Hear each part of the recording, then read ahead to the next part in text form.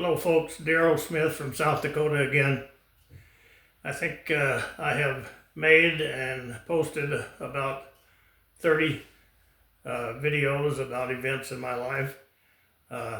Growing up on the farm, I never thought I would have that many experiences, but I've been fortunate, if you can look at it that way. I'm going to tell you about another little unexpected adventure that our family had, and I'll call it It's All Greek to Me. I had spent, after my last year in the Marine Corps, I got a job with Northwest Airlines. The FAA makes up the rules and regulations, but it's up to each individual airline to put these rules and regulations into place. So every airline has an extensive training department. I had been an instructor in the Marine Corps, and I kind of liked that, so I volunteered to be an instructor for the airline. The contract that the pilot signed with the airline indicated that all instructors had to be pilots, line pilots. And so, and there is there's training is going on all the time with an airline. And just an example, usually the guys would go for the next higher paying position. So so it's a ratchet up. So if one guy reaches a retirement age and retires at the highest position, then somebody has to be promoted to fill his position. Somebody has to be promoted to fill that position, and it goes all the way through the ranks. So there may be, with one retirement, there may be 4 training cycles that we have to go through or more. I went to work as a 727 second officer instructor. 727 had 3 cockpit crew, a pilot, co-pilot, and a flight engineer or second officer. And the second officer was responsible for running all the systems on the airplane and checking on the systems while the pilots concentrate on their flying duties alone. So I worked on the 727 for a while, and I eventually checked out on the 707, and I became an instructor on the 707. Instructors, a lot of the training was done in simulators, and we did not get any practical work ourselves. So every few months we would rotate back to the line flying just to keep ourselves proficient in the position. I was line flying on this particular time, and happened to be on a flight nonstop from Miami to Minneapolis. Well, I got a radio message on the airplane to contact my supervisor when I arrived back in Minneapolis. I couldn't imagine why, and I couldn't think of anything bad that I had done, but I was always curious. So as soon as I got on the ground, I gave him a call, and what he said set my head spinning.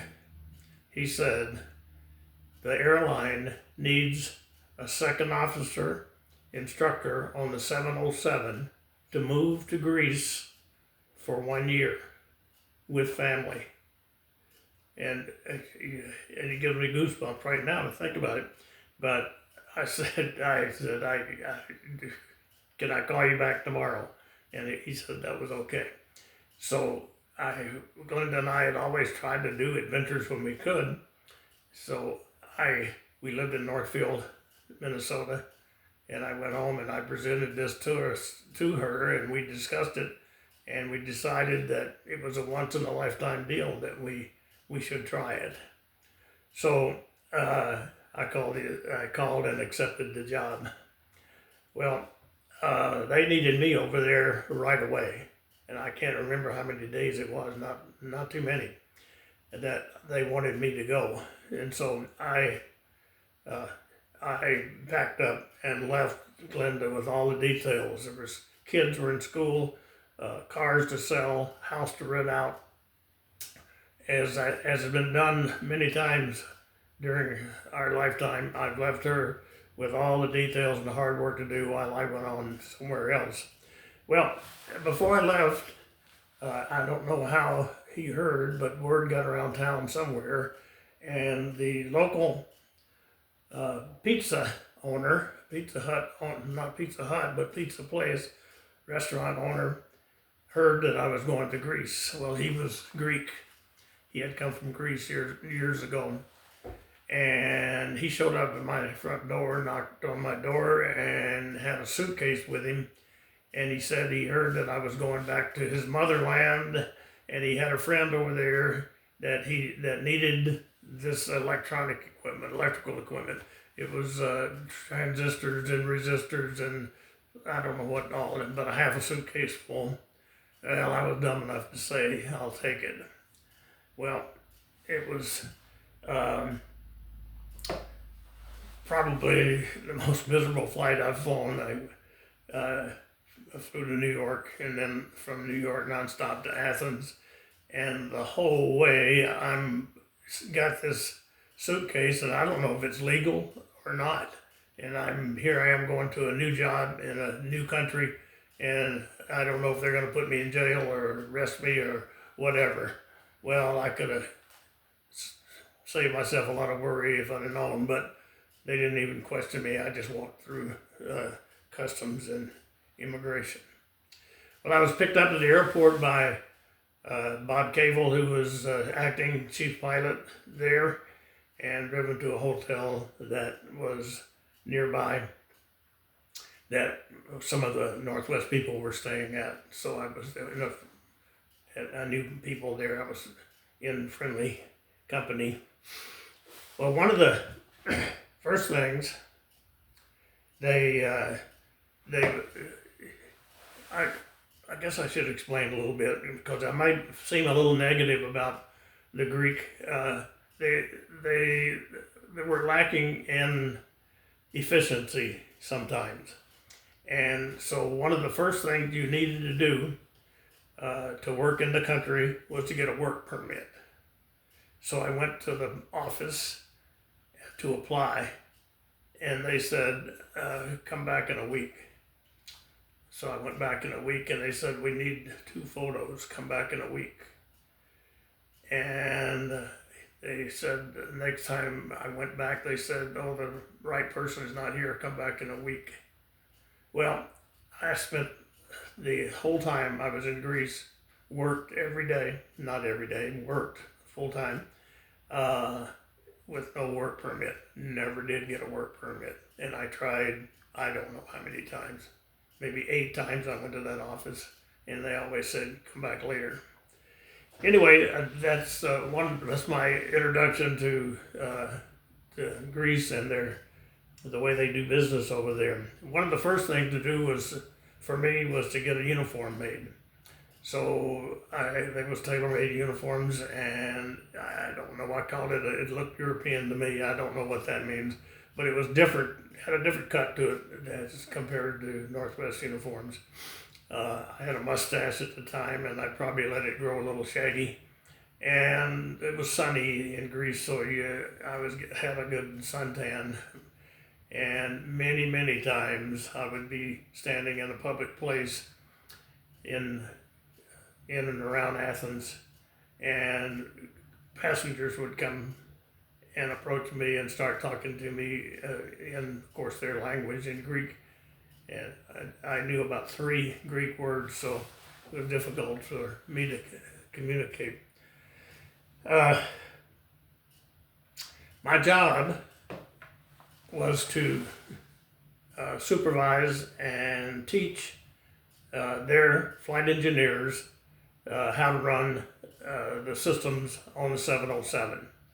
And I would stand behind him or sit behind him at his panel doing his job and make sure he didn't do anything that was cause a problem for the airplane. those kids didn't have much experience in aviation, and so it was a pretty steep learning curve for them. So they spent many hours with a supervisor, somebody like me, standing behind them, watching them work.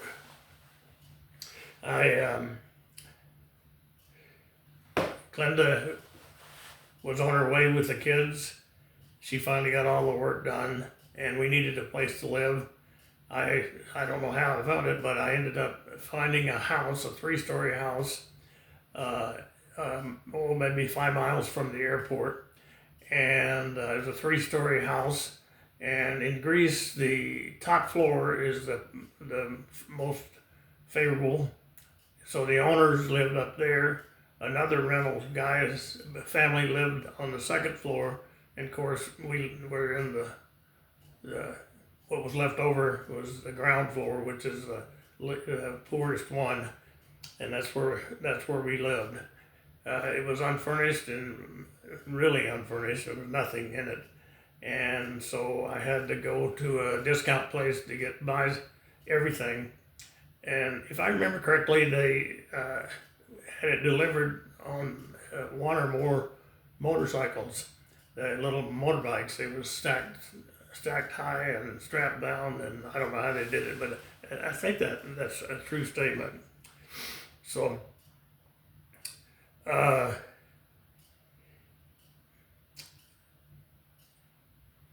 the house we rented was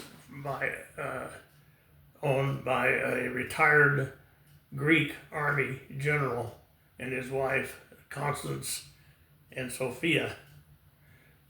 My kids were 5 or 6 years old, and we were up in their apartment one time, and on Constance's desk there was an 8x10 picture of 2 pretty women, and they were topless.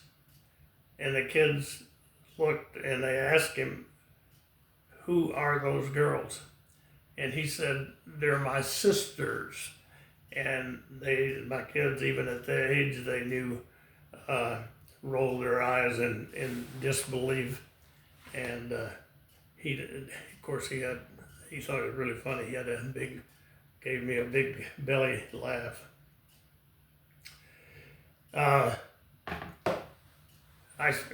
We settled into some sort of a system.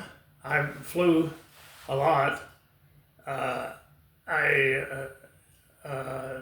The flights were to the Greek islands, so we were out and in, and sometimes to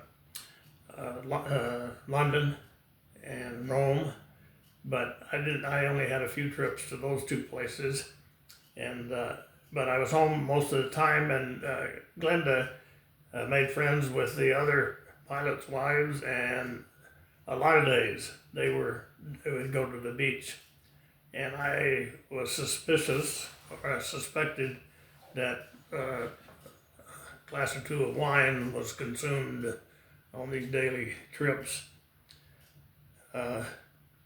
We learned a lot in Athens. For one, I don't know if it's all Europe or just the Mediterranean or where, but the Greeks did not eat as the sun goes down like we do. First of all, they take a siesta and just shut down everything for an hour or 2 a day and take a nap. Businesses close. And then when they finally get going again, they go out to dinner late, 9, 10 o'clock. A lot of times at midnight you could hear from the restaurants people laughing and talking. So they kept a different schedule than what we were accustomed to.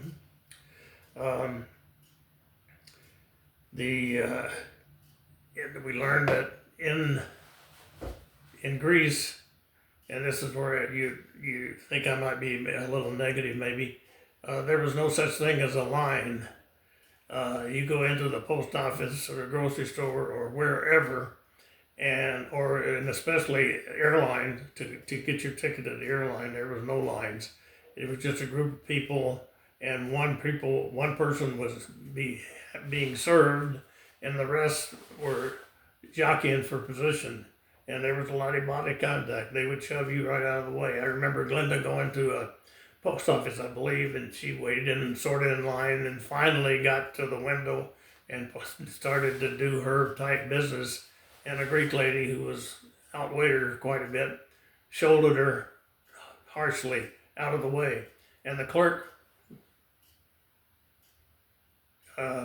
waited on the lady that was rude and knocked her out of the way. I remember going to London with a second officer, and he had never been to London before.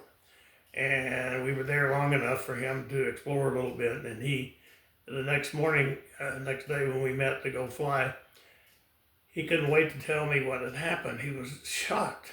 He had been on a city bus. There were several people waiting to get on the city bus. And when the bus came and the door opened, a lady stepped aside and said, "No, you go ahead and go first." And that was just, it shocked him.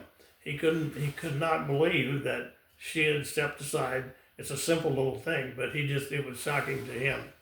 So anyway, another inefficiency is I don't know which one to tell you first, but one of them is we had a car, and when you leave Greece to go to an international, you had to impound your car so that we wouldn't sell it to some Greek person, a citizen, and because they collected a big tax on it and they didn't want that to happen. So I went to the office where that's supposed to have been done, and the guy looked over my ticket and my passport, and he said, "I can't do it. Go down the hallway to that door down there. He can do it." So I went to that door, and he looked over the same thing, checked over everything, and said, "I can't do it. Go to the door next door." So I went to the next door, and he did the same thing, and he sent me right back to where I'd started, and the guy immediately stamped it and said, "Okay." So he could have done it first right away, but he didn't. Also had that happen down in when I wanted to get a visa to go to Greece originally. I went to Chicago to the Greek embassy, and I went and said, "Here's what I need," and they said, "Okay," and I gave them my passport, and they said, "Come back 2 days from now," and I said, No, I'm leaving for Greece tomorrow. I have to go tomorrow." And they said, 2 days. I said, "I'll just have to wait here. I can't go anywhere." And so I went to took a seat. I could see back into the office where the guy was sitting at his desk, and they put my passport on the corner of his desk. And he sat there. He did absolutely nothing. He didn't do any paperwork. He just was sitting there. And I was sitting there watching him. And after about 30 minutes, he slowly reached over and got my passport, stamped it on both sides, and handed it back to me. And that's another inefficiency type thing. While we were in London, not in London, while we were in Athens, we needed transportation. And guys were doing all kind of things. They bought some cheap cars from a small dealership nearby, and they were unreliable, really poor cars. And I didn't have the money, but my thinking was, why don't I get a decent car, and then I'll have a car for years and years. So I made arrangements somehow, I don't remember how, to buy a Mercedes. And I was a cheap Mercedes, little diesel engine Mercedes.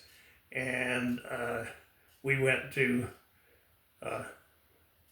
Germany to pick it up at the factory. Went right to the factory and picked it up. And that's a whole nother story in itself. But the point I was going to make was the efficiency. I got to the airport in Germany. I got to a money changer, and I said I'd like to change some money into German marks, and she took the money, handed me some money, and I'd been in Greece for a while. I said, "Is that it? Is that all there is to it?" She said, "Of course." And she was efficient. She just did her job, and so just another little example. I was shocked after dealing with the Greeks for a while.